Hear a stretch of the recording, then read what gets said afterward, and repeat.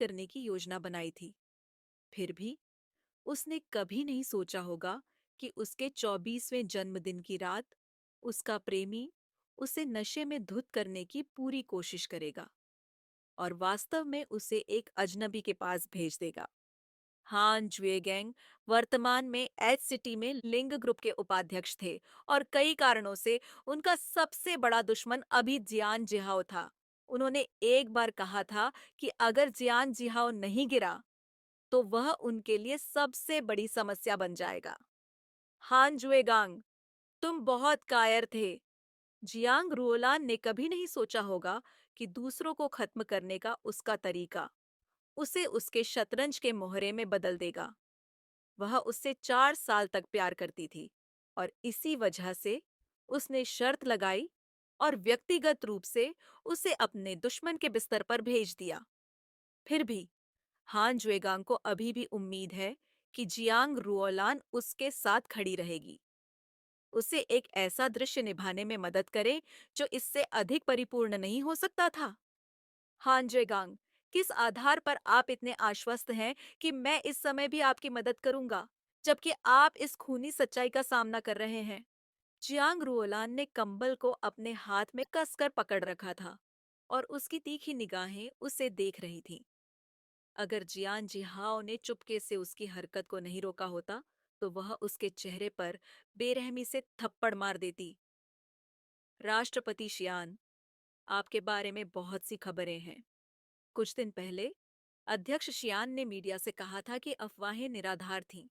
अब जबकि आपके सामने सबूत पेश किए जा चुके हैं, मुझे आश्चर्य है कि क्या आप अब भी इससे इनकार करेंगे? राष्ट्रपति शियान को यहाँ आए हुए कुछ ही दिन हुए हैं और वे लंबे समय से शियान समूह के सीईओ के पद पर हैं। पिछले 1 साल में आपके बारे में कई दिलचस्प खबरें सामने आई हैं। मुझे आश्चर्य है कि आप इस बारे में क्या कहेंगे। जियांग रुओलान को लगा कि वह सांस नहीं ले पा रही है। उसने अपनी ओर चमकती रोशनी से बचने के लिए अपना सिर नीचे कर लिया, लेकिन घटना के मुख्य पात्र के चेहरे पर हमेशा एक सुंदर मुस्कान रहती थी। अगर उसने मीडिया को बताया होता कि उन्होंने कुछ नहीं किया, तो शायद वे कभी इस पर यकीन नहीं करते। वह वास्तव में एक कंबल में छिपी हुई थी, नग्न थी, और उसका चेहरा अभी पूरी तरह से घबराया हुआ था। उसकी सभी लापरवाह अस्वीकृति केवल और अधिक प्रश्नों और टिप्पणियों को आकर्षित करेगी, जो उसे और अधिक शर्मिंदा महसूस कराएंगी। साथ ही सबसे महत्वपूर्ण बात यह थी कि वह खुद भी नहीं जानती थी कि कल उनके बीच वास्तव में कुछ हुआ था या नहीं। जियान जिहाओ असाधारण रूप से शांत था। मुझे यह मत बताइए कि वह अपनी वर्तमान पहचान के साथ इस तरह के घोटाले को भड़काने के परिणामों को नहीं जानता था। जियान ग्रुप एच सिटी में एक नियमित कंपनी नहीं थी। उनकी यह जानकारी निश्चित रूप से बाहरी दुनिया के लिए एक बड़ा बम थी। यह युग चाहे कितना भी खुला क्यों न हो, एक बार जब कोई जानबूझकर इस समस्या को बढ़ा चढ़ाकर पेश करता है, तो उसकी स्थिति पर बहुत बुरा असर पड़ता है। यह कहा जा सकता है कि अगर आज की समस्याएं फैलती हैं, तो जियान जिहाओ को तुरंत जियान समूह के सीईओ के पद से हटा दिया जाएगा। ऐसा इसलिए था क्योंकि मास्टर जियान के पास इस मामले को लेकर कड़े नियम थे। कौन है? तुम्हें किसने बताया कि मैं यहाँ आऊंगा? जियान जिहाओ की आंखें पत्थर की तरह जमी हुई थीं। बोलते समय उसके होंठ एक सूक्ष्म उभार में हिल रहे थे, न तेज और न ही धीमे। इन पत्रकारों को किसी व्यक्ति से एक गुमनाम फोन आया था, जिसमें उन्हें बताया गया था कि सुबह 6 बजे शहर के न्यू वर्ल्ड होटल में एक बड़ी ब्रेकिंग न्यूज आने वाली है। मीडिया तीखी नाक वाले जानवरों से भरा पड़ा था, और चाहे यह खबर सच हो या झूठ, वे इसका 1% भी चूकना नहीं चाहते थे। किसी ने हान जुएगेंग की ओर देखा। जियान जिहाओ ने उसे देखा और मुस्कुराया। लगता है कि सभी सो नहीं रहे हैं और सुबह जल्दी होटल में इकट्ठा होने के लिए तैयार हैं। हालांकि मुझे चिंता है कि मैं यहाँ सभी को निराश कर दूंगा। सच्चाई हमारे सामने है। चाहे आप कितने भी सक्षम क्यों न हो, क्या आप अभी भी इस आवेगपूर्ण भीड़ को रोक सकते हैं? हान जुएगांग ने उसका मजाक उड़ाया। उसके अभिमानी और आक्रामक दृष्टिकोण का सामना करते हुए जियान जिहाओ नाराज नहीं हुआ, भले ही वह जानता था कि हान जुएगांग तैयारी करने आया था।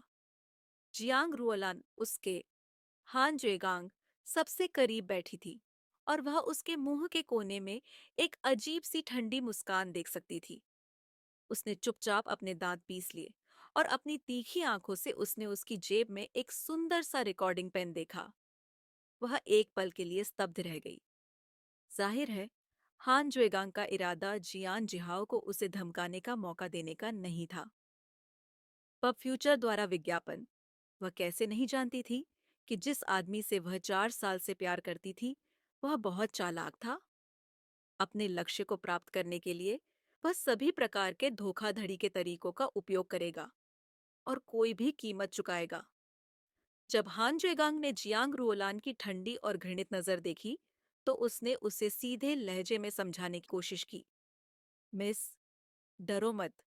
जब तक आप मीडिया के सामने यह कहती हैं, हम आपको न्याय दिलाने में मदद कर सकते हैं। हान जुएगांग ने जिस तरह से उसकी ओर देखा, वह ठंडा, अभिमानी, आश्वस्त करने वाला और आत्मविश्वास से भरा था। जब जियांग रोलान ने अपने बगल में बैठे व्यक्ति की निगाहें महसूस की, तो उसने पीछे मुड़कर नहीं देखा। उसने केवल हान जुएगांग के आत्मविश्वास को देखा, जिसने अपने हाथ में कंबल पकड़ा हुआ था। उठी और धीरे-धीरे बिस्तर के किनारे चली गई। वह हान जुएगांग के पास गई, जो बिस्तर के बगल में खड़ा था। वह मुस्कुराई और अपना सिर उठाकर उस पाखंडी आदमी का सामना किया। उपाध्यक्ष हान, आप सपना देख रहे हैं। हान जुएगैंग के हाव भाव थोड़े बदल गए और उसने उस पर भौहें सिकोड़ लीं। उसकी ठंडी आंखों में चेतावनी और भी मजबूत हो गई। मिस, कृपया अपने शब्दों और हरकतों पर ध्यान दें। अब आप जो भी शब्द कहेंगी वह महत्वपूर्ण सबूत होगा। जियांग रुओलान ने अपनी आंखें ऊपर उठाईं। उसका अभिमान उसे इस कमीने के सामने दुखी दिखने की अनुमति नहीं देता था। उसने मुस्कुराते हुए उसे डांटा। तो ये तुम्हारा असली चेहरा है? कितना घिनौना है। हान जुएगैंग ने उस ठंडी औरत को अविश्वास से देखा, जिसने उसके साथ सहयोग करने से इनकार कर दिया था। तुम। अचानक जियान झाओ की आवाज ने उन दोनों के बीच एक समझ से परे असहमति को बाधित कर दिया। इसके बाद उसने जो कहा, उससे गहरे समुद्र में बम की तरह जगह में मौजूद सभी लोग स्तब्ध रह गए। मैं उसे सबसे मिलवाना भूल गया। यह मेरी मंगेतर है। षड्यंत्र वी। यह युवती राष्ट्रपति शियान की मंगेतर है। लोगों की ठंडी हवा चूसने की आवाज ने जियांग रुओलान को सदमे से उबारा। यद्यपि वह एक अतिवादी व्यक्तित्व की थी, फिर भी उसके टूटे हुए हृदय को एक बार फिर क्रूरतापूर्वक उठाया गया, इससे पहले कि उसमें से खून टपकने लगे। वह आश्चर्य से उस असाधारण स्वभाव वाले व्यक्ति की ओर देखने लगी। जियांग रुओलान ने सोचा कि वह मनोवैज्ञानिक सदमे के कारण मतिभ्रम कर रही है, लेकिन जियान जिहाओ ने धीरे से अपना हाथ उसके कंधे पर रखा और उसे अपनी बाहों में ले लिया। जब उसने उसे यह कहते सुना, मैं अपने निजी मामलों को सार्वजनिक नहीं करना चाहता और मैं नहीं चाहता कि मेरे निजी जीवन में कोई खलल डाले। चूंकि आज की गलतफहमी हुई है, इसलिए मैं सभी की चिंताओं और विचारों को समझ सकता हूँ। लेकिन तो वह सख्त हो गई। वह एक क्षण के लिए रुका और हान जुएगांग को अर्थपूर्ण दृष्टि से देखा, जिसका चेहरा काफी बदल गया था। उसकी आंखों में एक मुस्कान उभरी, लेकिन वह एक चेतावनी लग रही थी। मैं नहीं चाहता कि यह गलतफहमी दूसरी बार हो। तो यह महिला राष्ट्रपति जियान की मंगेतर है। अय्या, राष्ट्रपति शियान की शादी करने की सही उम्र हो गई है। मुझे राष्ट्रपति शियान और उनकी मंगेतर को परेशान करने का पछतावा है। यह सब सिर्फ एक गलतफहमी थी। मैं आप दोनों को शादी के 100 साल और समय से पहले जन्म की शुभकामनाएं देता हूँ। कुछ मीडिया रिपोर्टर अजीब तरीके से 2 कदम पीछे हट गए। उन्हें डर था कि जान जिहाओ उन्हें इसके लिए याद रखेगा। शायद वे जान परिवार को नाराज करने के कारण बच न पाए। 2 मिनट से भी कम समय में 1 दर्जन से अधिक मीडिया रिपोर्टर चुपचाप चले गए और केवल 2 या 3 ही बचे। हान जुएगैंग ने अचानक ठंडे स्वर में पूछा, क्योंकि उसे संदेह था कि क्या उसे भी जाना चाहिए। मंगेतर, मुझे डर है कि वह झूठ बोल रहा है। क्यों ना हम सुने कि इस युवती ने क्या कहा है। मानो उसे अंदर की कहानी पता हो। उसके इस वाक्य ने 2-3 मीडिया रिपोर्टरों को वहां से जाने से रोक दिया। सबकी नजरें तुरंत जियांग रुओलान पर टिक गईं।